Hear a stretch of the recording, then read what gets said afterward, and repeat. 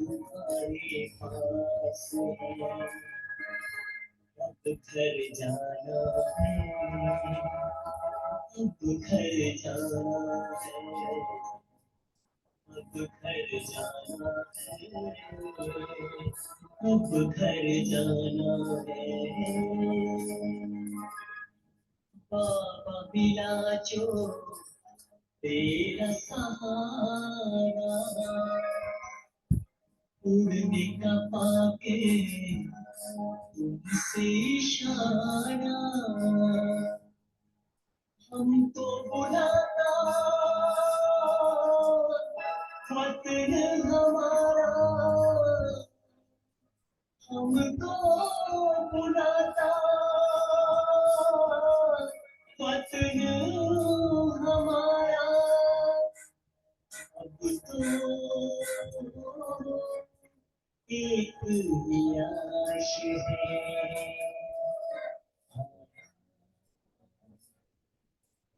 हमारे पास है, अब तो एक ही आश है,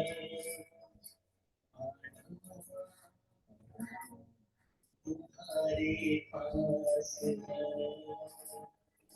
अब घर जाना।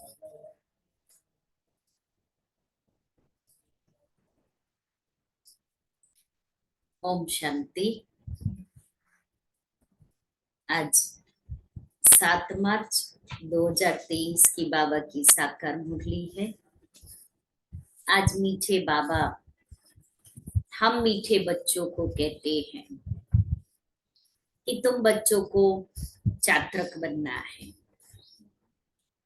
चात्रक बन करके सेवा करनी है, ज्ञान की डांस करनी और दूसरों को करानी भी है। दूसरी बात बाबा ने कही कि अशरीरी बनने का अभ्यास करना है, जीते जी इस दुनिया से मर जाना है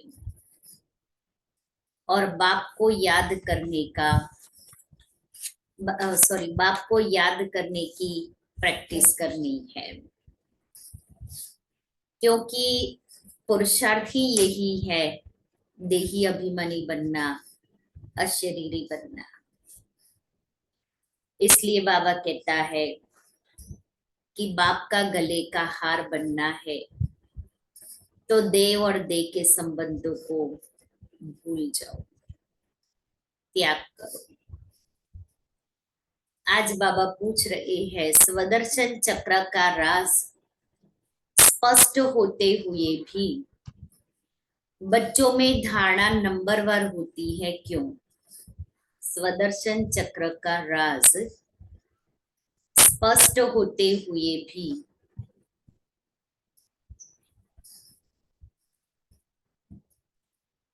बच्चों में धारणा नंबरवार होती है, क्यों?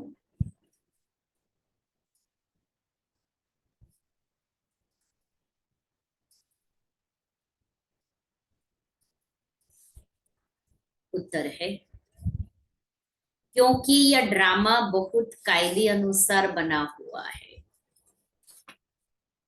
ये ड्रामा कायदे अनुसार बना हुआ है।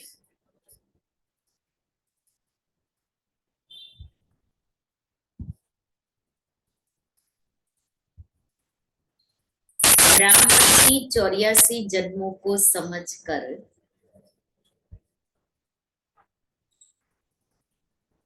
याद कर सकते हैं,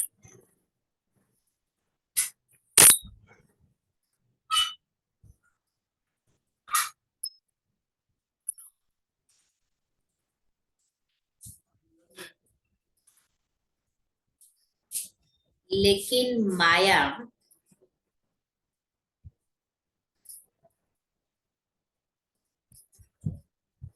ब्राह्मणों को ही याद में विघ्न डालती है।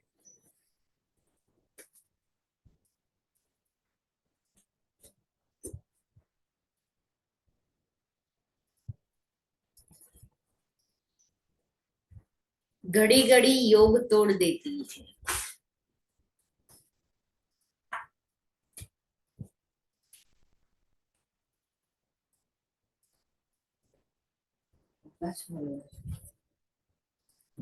अगर एक समान धारणा हो जाए,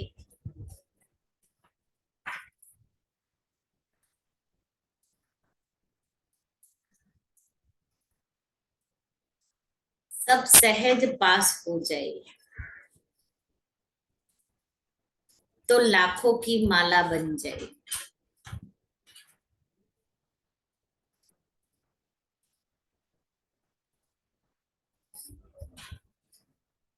इसलिए राजधानी स्थापन होने के कारण नंबरवार धारणा होती है। मीठे बच्चे विजयी रतन बनने के लिए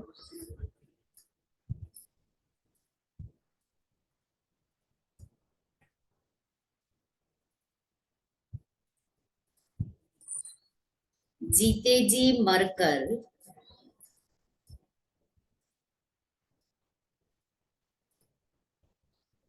देही अभिमानी बन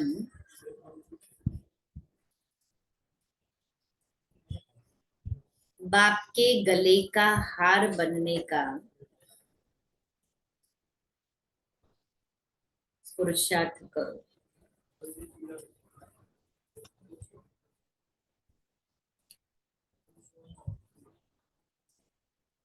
गीत है, मरना तेरी गली में, जीना तेरी गली में, मिट जाएगी ये दुनिया तेरी गली में। ओम शांति। बच्चों ने गीत सुना। यह है मरजीवा पने का जन्म।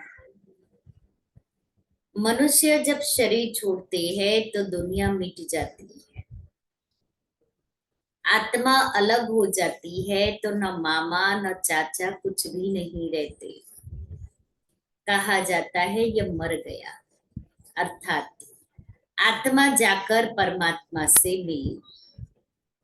वास्तव में कोई जाते नहीं है, परंतु मनुष्य समझते हैं आत्मा वापस गई या ज्योति ज्योत में समाई। अब बाप बैठ समझाते हैं। यह तो बच्चे जानते हैं आत्मा को पुनर्जन्म लेना ही होता है। पुनर्जन्म को ही जन्म मरण कहा जाता है। पिछाड़ी में जो आत्माएं आती है, हो सकता है एक जन्म लेना पड़े, बस यह छोड़ फिर वापस चली जाएगी। पुनर्जन्म लेने का भी बड़ा भारी हिसाब किताब है। करोड़ों मनुष्य है, एक एक का विस्तार तो नहीं बता सकेंगे। अब तुम बच्चे कहते हो, हे बाबा, हमारी देह के जो भी संबंध है वे सब त्याग, अब हम तुम्हारे गले का हार बनने आए हैं। अर्थात जीते जी आपका होने आए हैं। पुरुषार्थ तो शरीर के साथ करना पड़ेगा। अकेली आत्मा तो पुरुषार्थ कर ना सके।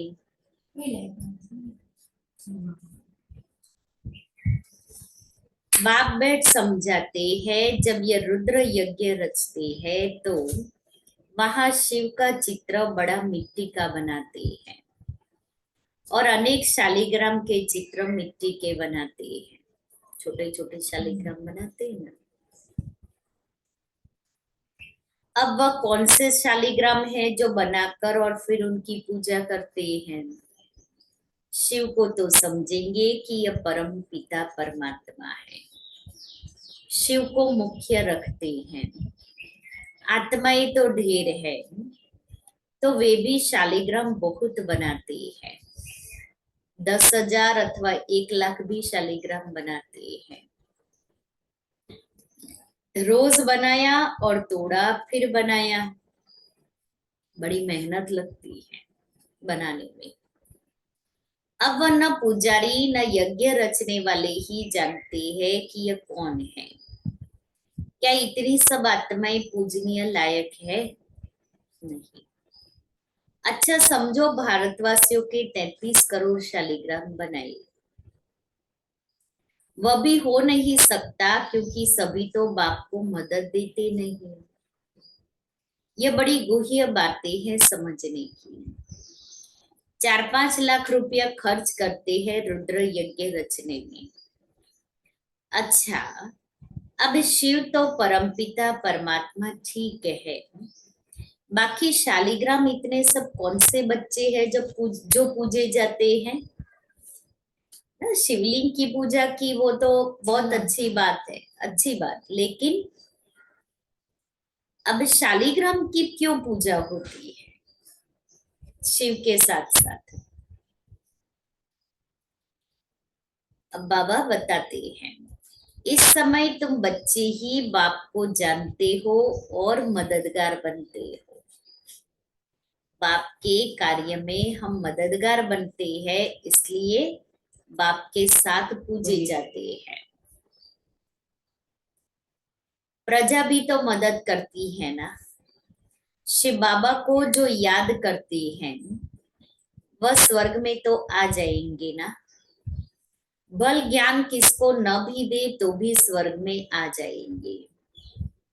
वह तो कितने ढेर होंगे, परंतु मुख्य 108 है। मम्मा भी देखो कितनी जबरदस्त रतन है, रतन है, कितनी पूजी जाती है ना। मम्मा के हर रूप की पूजा होती है, जगदम्बा के रूप में, सरस्वती के रूप में, दुर्गा के रूप में, लक्ष्मी के रूप में, तो हर रूप में मम्मा की पूजा होती है।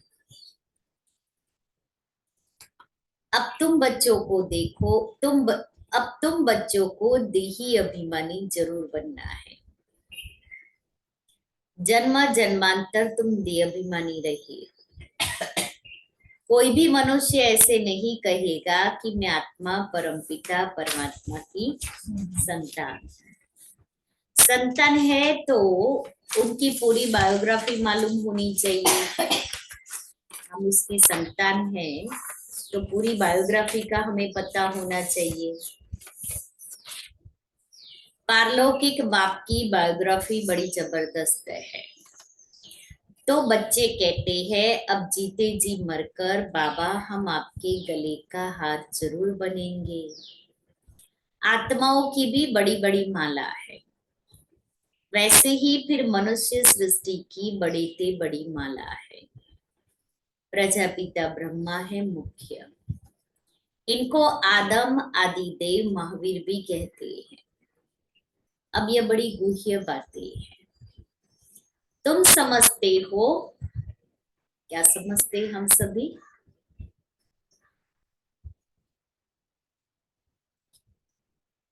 क्या समझते हैं? हम सब भाई भाई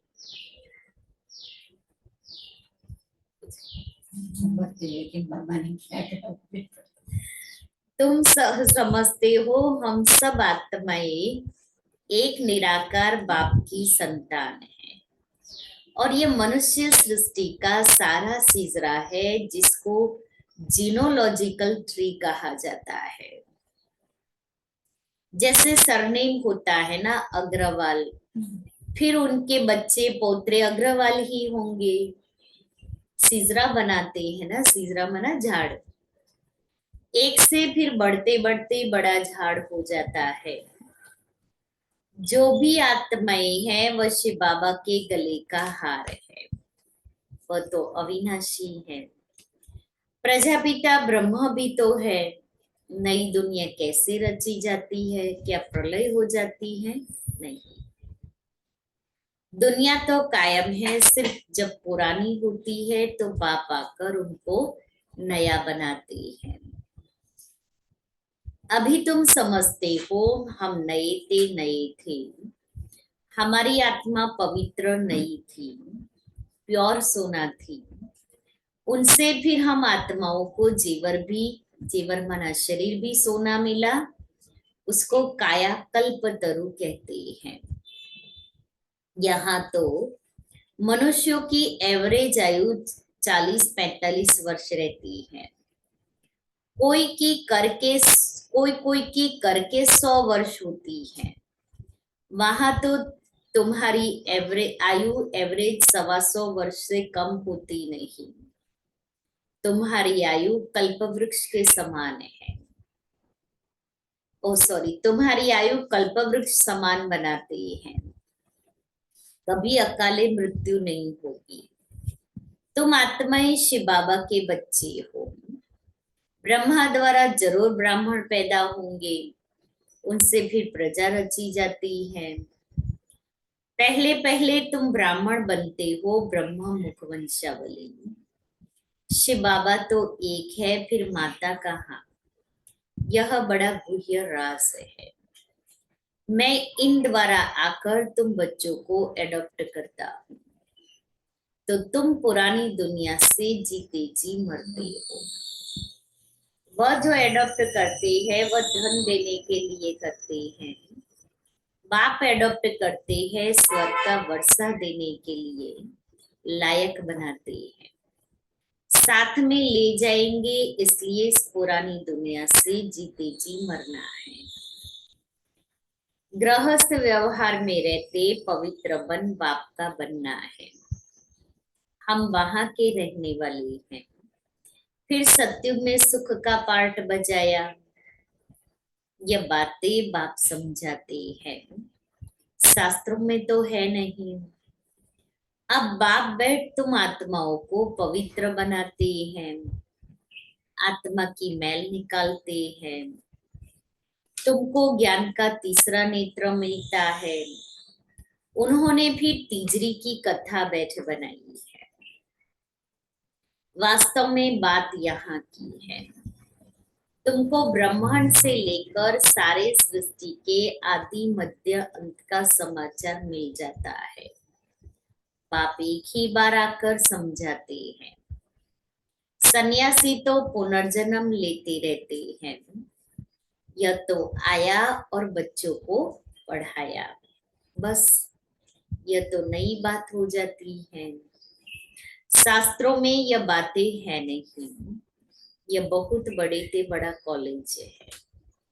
कायदा है 1 हफ्ता तो अच्छी रीति समझना पड़े। 7 रोज बच्ची में बैठना पड़े, अर्थात वो कोर्स करना पड़े। गीता का पाठ अथवा भागवत का पाठ भी 1 हफ्ता रखते हैं ना, तो 7 रोज बच्ची में बैठना पड़े। यहाँ भी सप्ताह कोर्स। विकारी तो सभी हैं, भले सन्यासी घर बार छोड़ निर्विकारी बनते हैं, फिर भी जन्म विकार से लेकर फिर निर्विकारी बनने के लिए सन्यास करते हैं। कई पुनर्जन्म को भी मानते हैं, क्योंकि मिसाल देखते हैं। कोई बहुत वेद शास्त्र पढ़ते पढ़ते शरीर छोड़ते हैं, तो उन संस्कारों अनुसार फिर जन्म लेते हैं। तो छोटेपन में ही शास्त्र अध्ययन हो जाते हैं। जन्म ले, अपने को अपवित्र समझ, फिर पवित्र बनने के लिए संन्यास करते हैं। तुम तो एक ही बार पवित्र बन देवता बनते हो। तुमको फिर संन्यास नहीं करना पड़ेगा। एक बार आत्मा पवित्र बन गई, फिर संन्यास नहीं करना, तो उनका संन्यास अधूरा हुआ ना। यह बातें खुद भी समझा नहीं सकते हैं। उनको समझ में आए तो समझाए ना। बाबा बैठ समझाते हैं। वह है उत्तम से उत्तम बाप जिसके तुम बच्चे बने हो। ये स्कूल भी है, रोजाना नई नई बातें निकलती हैं। कहते हैं आज गुह्य ते गुह्य सुनाता, नहीं सुनेंगे तो धारणा कैसे होगी। अब बाप बैठ समझाते हैं। नहीं सुनेंगे तो धारणा कैसे होगी। अब बाप बैठ समझाते हैं, तुम मेरे बने हो तो श्रीमत पर चलो। कौन सी श्रीमत पर चलनी है? बाबा की श्रीमत। बाबा की श्रीमत पर। हम्म। तो शरीर का भान छोड़ो।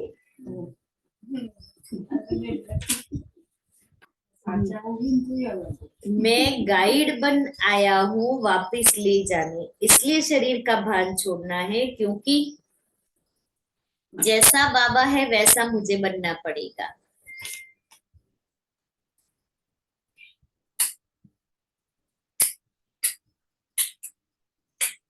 आवाज करो तो, आवाज ताला बटन।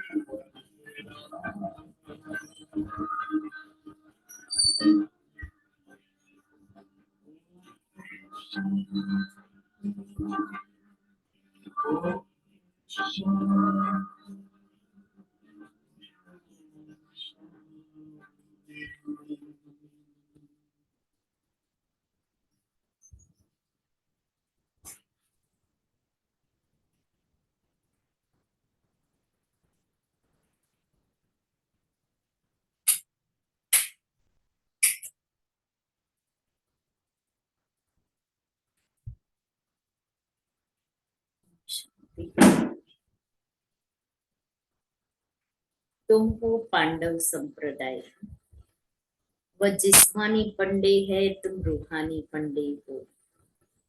वह जिस्मानी यात्रा पर ले जाते हैं, तुम्हारी है रूहानी यात्रा। उन्होंने तो पांडवों को हथियार दे युद्ध के मैदान में दिखाया है।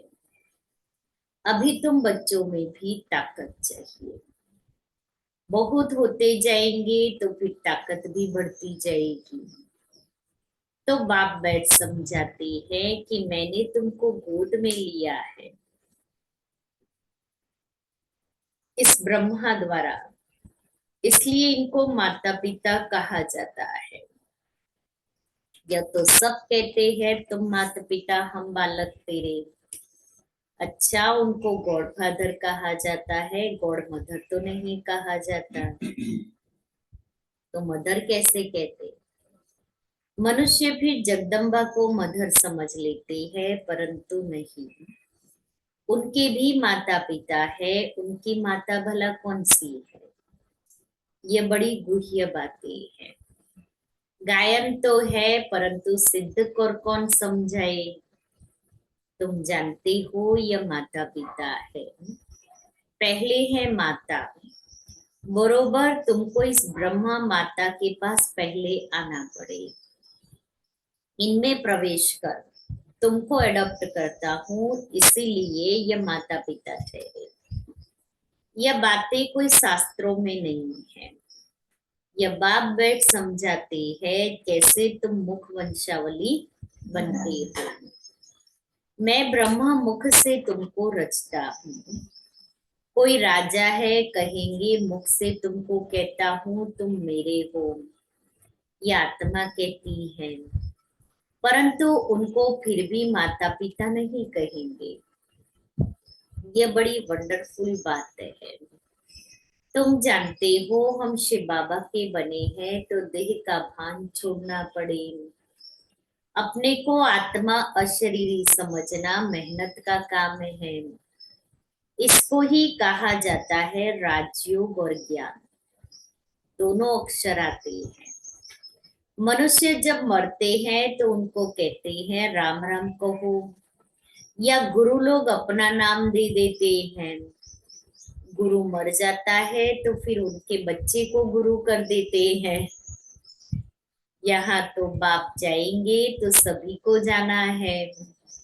ये मृत्यु लोक का अंतिम जन्म है। बाबा हमको अमर लोक में ले जाते हैं, वाया मुक्ति धाम जाना है। यह भी समझाया जाता है जब विनाश होता है तो यह कलयुग का पूर्व नीचे चला जाता है, सत्युग ऊपर आ जाता है। बाकी कोई समुद्र के अंदर नहीं चले जाते हैं। यहाँ तुम बच्चे सागर के पास आते हो रिफ्रेश होने। यहाँ तुम सम्मुख ज्ञान डांस करते हो, सम्मुख ज्ञान डांस देखते हो। दिखाते हैं गोप गोपियों ने कृष्ण को डांस कराई। यह बात इस समय की है। चात्रक बच्चों के सामने बाप की मुरली चलती है। बच्चों को भी सीखना पड़े। फिर जो जितना सीखे, समझाना है बेहद के बाप से स्वर्ग का वर्षा लो। हे भगवान कहते हो वह तो रचयिता है, जरूर स्वर्ग ही रचेंगे। यह एक ही बाप है जो स्वर्ग रचते हैं।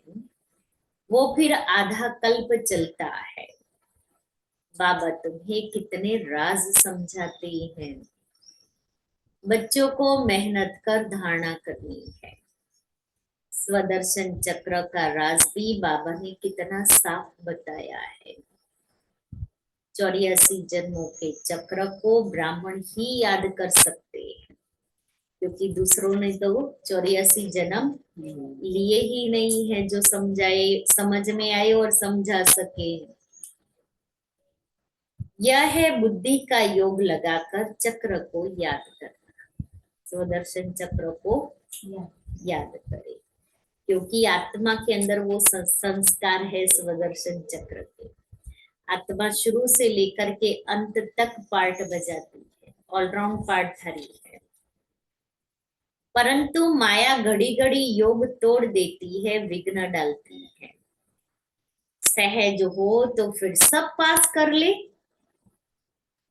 इसलिए बहुत टफ एग्जाम है। देखो सिर्फ 8 ही पास विद ऑनर होते हैं, सिर्फ 8। तो कितनी टफ एग्जाम होगी।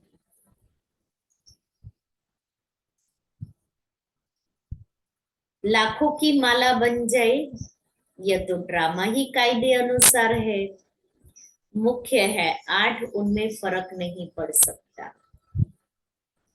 त्रेता के अंत में जितने प्रिंस प्रिंसेस है सभी मिलकर जरूर यहाँ ही पढ़ते होंगे, प्रजा भी पढ़ती होगी, यहाँ ही किंगडम स्थापन होती है। बाप ही किंगडम स्थापन करते हैं और कोई प्रिसेप्टर किंगडम स्थापन नहीं करते। यही बड़ा वंडरफुल राज है। सतयुग में लक्ष्मी नारायण का राज्य कहाँ से आया? कलयुग में तो राजा ही है नहीं, अनेक धर्म है, भारतवासी कंगाल है। कलयुग की रात पूरी हो, दिन शुरू हुआ और बादशाही चली, ये क्या हुआ? अल्लाह अव्वल दिन का खेल दिखाते हैं ना, तो कारून के खजाने निकल आते हैं। तुम सेकंड में दिव्य दृष्टि से वैकुंठ दिखाते हो। अच्छा, माता पिता, बाप दादा, बच्चे, सारी फैमिली इकट्ठी बैठी है। नीचे नीचे सिक्के लेते बच्चों प्रति माता पिता बाप दादा का रूहानी बाप की रूहानी बच्चों को नमस्ते। हम रूहानी बच्चों की रूहानी बाप दादा को याद प्यार और नमस्ते। सार है। पहला, बाप समान सभी को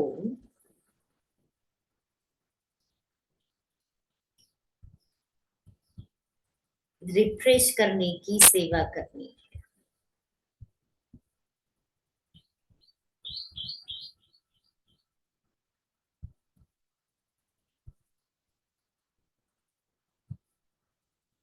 चात्रक बन ज्ञान डांस करनी और करानी है।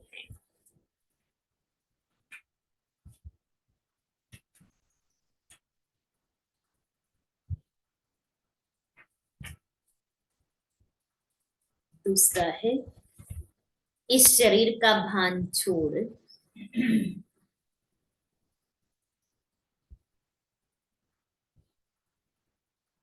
पुरानी दुनिया से जीते जी मरना है।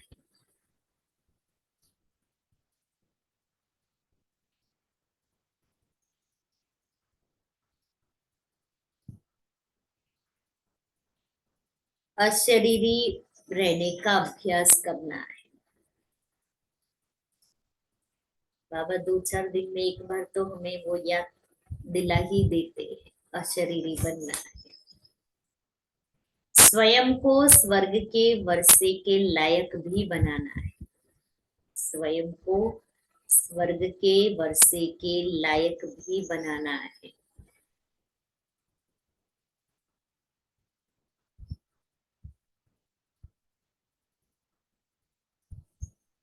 वरदान है,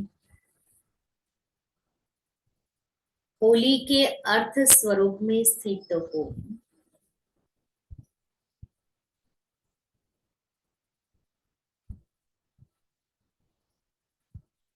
सच्ची होली मनाने वाले,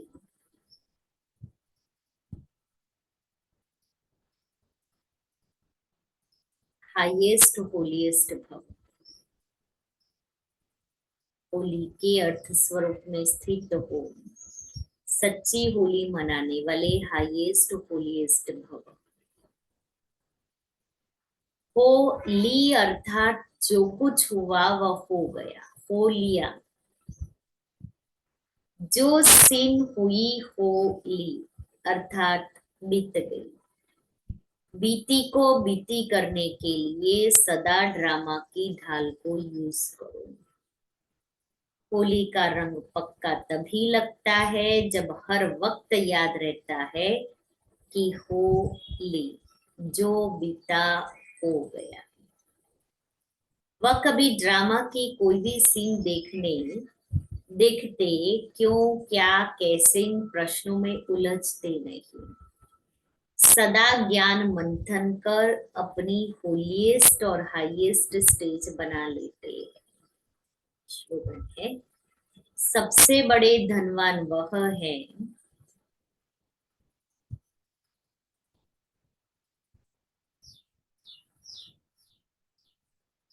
जिनके पास पवित्रता का सर्वश्रेष्ठ खजाना है।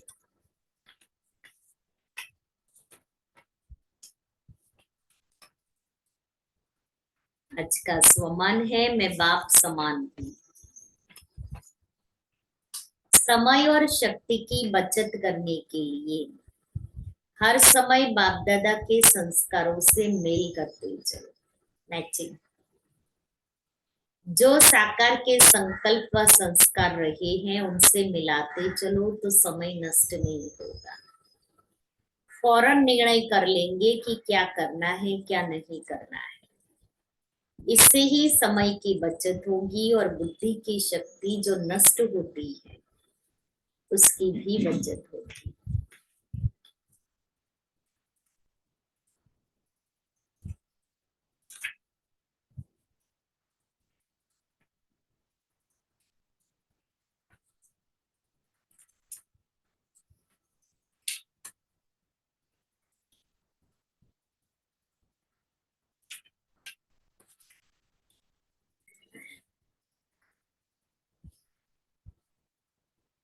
सन 1968 में कानपुर में एक बड़ी कॉन्फ्रेंस होने वाली थी। वहां का गवर्नर हिंदी नहीं बोल पाता था तो बाबा ने मुझे आगरा में पत्र लिखा कि कानपुर जाओ। वहां दिल्ली से दादी गुलजार जी आए हुए थे। दादी हमसे बहुत प्यार से मिले। मैं छोटी थी और वे ये जिंती बेन अपना अनुभव सुनाती है। वे जानते थे कि मैं दादी जानकी जी के संबंध में थी तो वो विशेष ध्यान दे रहे थे। बहुत प्यार से हमारी देखरेख कर रहे थे। 1969 में बाबा के अव्यक्त होने पर दादी प्रकाश मणि जी ने पहला कॉल दादी गुलजार जी को किया था कि ऐसे हो रहा है। बाबा व्यक्त हुए ना, उसका पहला कॉल गुलजार दादी को किया था। तो दादी भी रात की ट्रेन में बैठकर तुरंत सुबह तक मधुबन पहुंच गए थे। उसी समय से दादी जी का यह विशेष पाठ शुरू हुआ। दादी कमला नगर सेवा केंद्र पर रहते हुए अपनी सेवाएं दे रहे थे और वहां बहुत विशेष आत्माओं को उन्होंने ज्ञान में निकाला, पालना दी। जब बाबा अव्यक्त हुए तो दादी का पाठ ही बदल गया। मैं उस समय महेंद्र भाई और विमला बहन के पास आगरा में थी। बाबा के अव्यक्त होने का समाचार मिलने पर मैं उन्हों के साथ सोमवार सुबह मधुबन पहुंची। 18 जनवरी शनिवार रात बाबा अव्यक्त हुए थे। पहुंचने पर हमें समाचार मिला कि अखंड योग चल रहा है। फिर 21 तारीख सुबह क्लास में दादी प्रकाश मणि जी ने बताया कि आज ही अंतिम क्रिया का सारा कार्यक्रम संपन्न होगा। मैं उस वक्त नई थी और यह नहीं जानती थी कि किस तरह से यह सारा प्रोग्राम फिक्स किया जाता है। उस दिन सारा कार्यक्रम हुआ और शाम को भोग लगाने दादी गुलजार जी आकर गद्दी पर बैठी। दादी वतन में गई। कुछ समय बाद आंखें खुली तो हमें पता लगा कि यह दादी गुलजार नहीं है परंतु बाबा है। फिर बाबा ने पूरा आधा घंटा दृष्टि दी और जब बाबा ने बोलना शुरू किया तो बाबा की वह आवाज सुनी। किसी को भी अंदाजा तो था ही नहीं कि बाबा इस तरह से आएंगे और ऐसी आवाज होगी। कोई तैयारी नहीं थी। एक छोटा सा टेप रिकॉर्डर था जिसका माइक्रोफोन ले करके उसका एम्पलीफायर बना दिया। हमारा भाग्य रहा कि दादियों की पहली लाइन के बिल्कुल पीछे ही दूसरी लाइन में हम 4-5 कुमारियां बैठी हुई थी, क्योंकि साकार बाबा छोटी कुमारियों को सामने बैठने को कहा करते थे। अव्यक्त बाप दादा की पधरामणी का यह पहला दृश्य था। उस समय मधुबन में करीब 700 लोग होंगे, सिर्फ 700 लोग। और अभी ये लास्ट टर्न गया बाबा का 22,000 थे और अभी ये 20 मार्च को जो लास्ट टर्न है उसमें भी 20,000 का लिस्ट है। और हिस्ट्री हॉल में एकदम तंग होके सिर्फ 100 लोग बैठे थे। बाकी सभी आंगन वरांडा आदि में बैठे थे। बाबा की आवाज बहुत धीमी थी, सभी सुन नहीं पा रहे थे।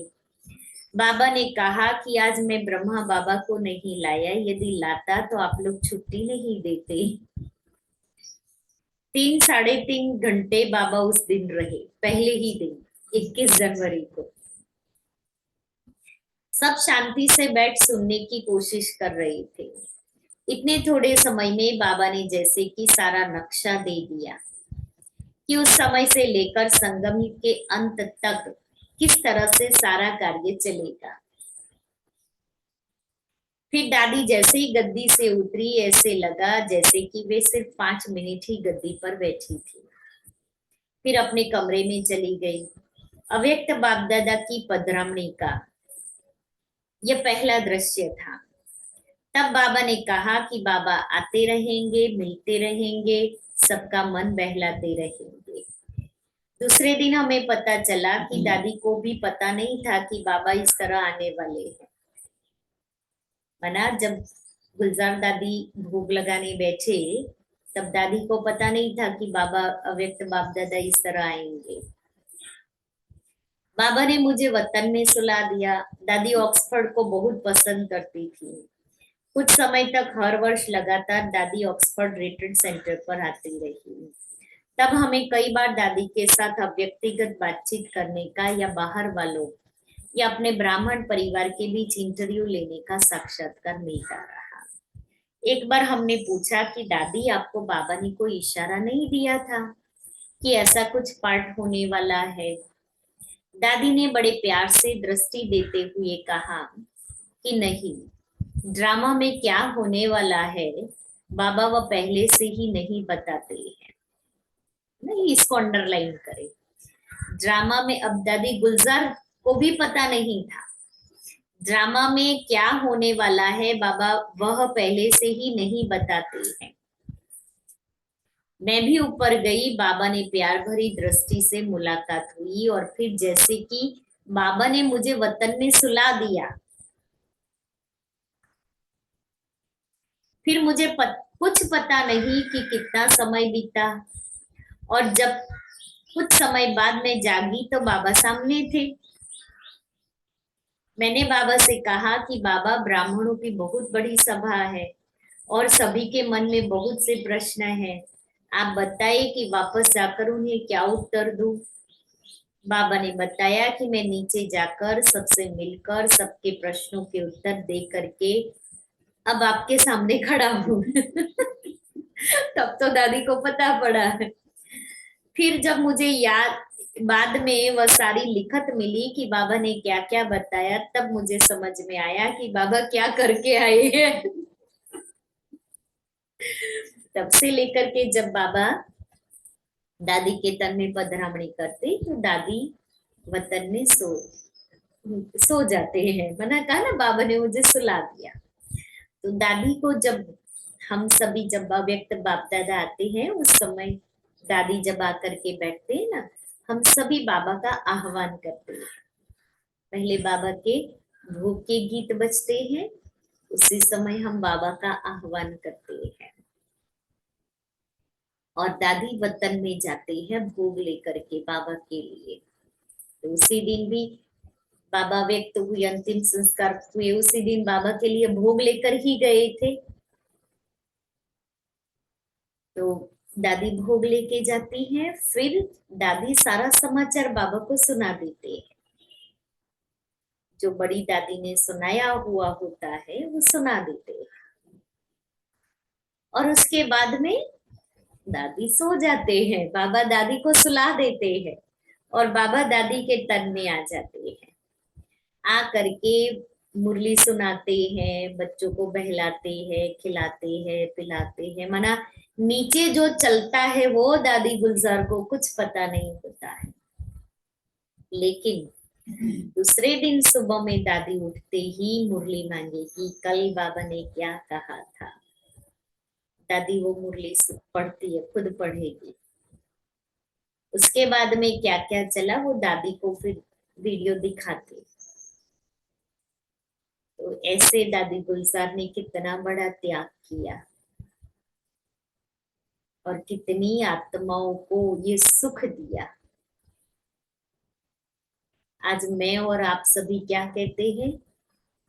त्याग हमारे से कराते हो और चांस दूसरों को देते हो, महिमा उसकी करते हो। मेरी मेहनत, मेरा त्याग तो कोई देखता ही नहीं है। लेकिन ब्रह्मा बाबा और दादी गुलजार जी का जो त्याग है, उसकी एवज में हम क्या कर रहे हैं? जीरो। जीरो ही है हमारा त्याग, कुछ भी नहीं है।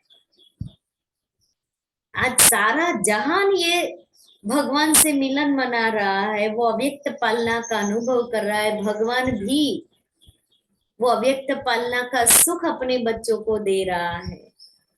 लेकिन दादी गुलजार को कोई कंप्लेन भी नहीं है बाबा से कि बाबा आप सबको दे रहे हो, मुझे नहीं दे रहे हो, मुझे सुला देते हो।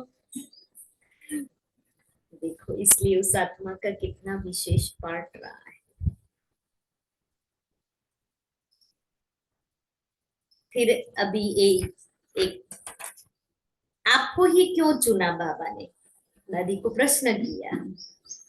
एक बार हम दादी के साथ भोजन कर रहे थे, तो नीलू बहन ने दादी से पूछा कि आपसे तो और भी बड़ी बड़ी आयु वाली बहनें, आपसे भी ज्यादा अनुभवी संदेशिया थी, फिर भी आपको ही क्यों चुना गया? तो दादी ने बताया, कुछ विशेषता देखी। अब देखो बाबा ने कैसे इसको अपना रथ बनाया।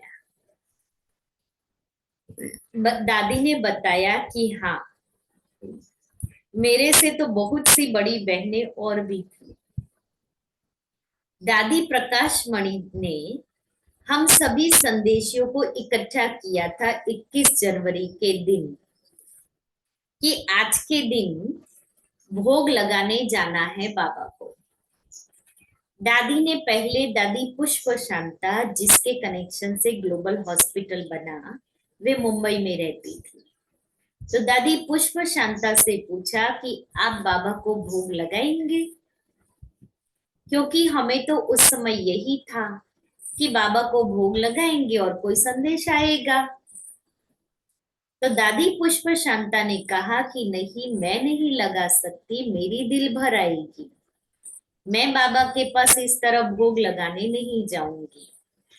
फिर दादी प्रकाशमणि ने एक दो और संदेशी दादियों से पूछा, जैसे संतरी दादी से, फिर एक और दादी से, तो सभी ने मना कर लिया।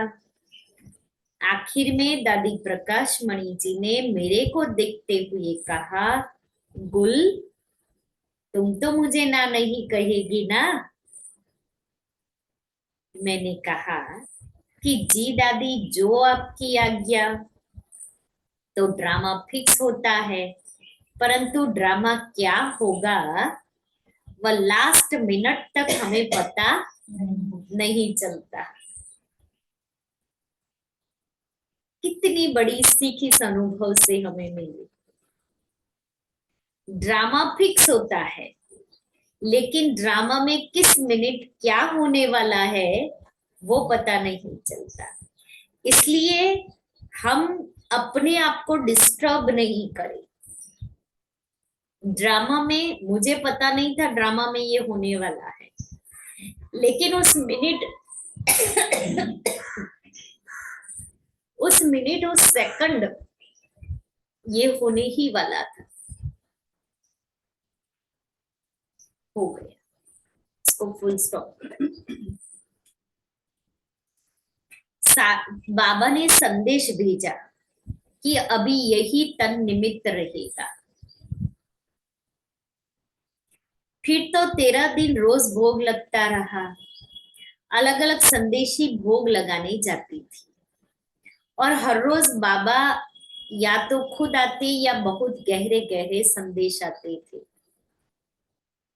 सुनेंगे 13 दिन के संदेश। वे सारे संदेश भी लिखत में मौजूद है। तो वह जैसे कि सभी संदेशियों की एक ट्रायल चल रही थी। फिर आखिरी में बाबा ने एक संदेश भेजा कि अभी यही तन, ना गुलजार दादी, यही तन निमित्त रहेगा जिस तन में बाबा की पधरामणी होगी। शाम के समय ही बाबा आते रहेंगे और मधुबन में ही बाबा आते रहेंगे। यह सारा प्रोग्राम उस जनवरी मास में फिक्स होता गया। बाबा ने स्वयं सारा प्रोग्राम फिक्स किया। एक बार लंदन में इंटरव्यू के दौरान मैंने दादी से पूछा कि आपको कुछ अंदाजा था कि आपका यह पार्ट इस तरह से होने वाला है? तो कहा कि इस तरह से पार्ट का मालूम नहीं था, परंतु एक बार मम्मा हमारी क्लास कुंज भवन में करा रही थी, तो मम्मा ने कुछ प्रश्न पूछा और मैंने जवाब दिया। मैं बहुत पीछे बैठी थी, इसलिए मम्मा को दिखाई नहीं पड़ी। तो मम्मा ने कहा, हाथ खड़ा करो जिसने उत्तर दिया है। मैंने हाथ खड़ा किया।